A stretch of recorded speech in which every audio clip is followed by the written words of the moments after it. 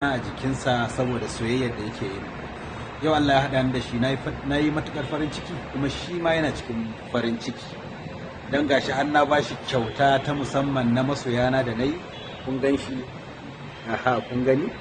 To don haka na yi masa faɗa kamar yadda wasu mutane suka ba da shawarar bai kamata a ce a dan soyayyar mutum ka yi rubutu a jikinka jini ya fita ba. Ni ma na yi masa faɗa, kuma ina fata babu wani masoyina da zai ƙara yin kuskure irin wannan. Kuma soyayya akwai hanyoyi daban-daban da za a iya nuna su. Ina fatan masoyana za su kiyaye. Me za ka ce, Muhammad? Dai abin da zan ce shine wanda na ɓata wa dan Allah na annabi su ya haƙuri. Haka ɗin ne ya tura ni ba don komai ba, saboda ina son shi kuma ba abin da ba zan iya yi a kan shi ba.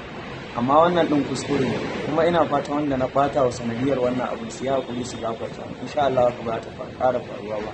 Na gode. To da haka 'yan uwana 'yan arewa, ku yafe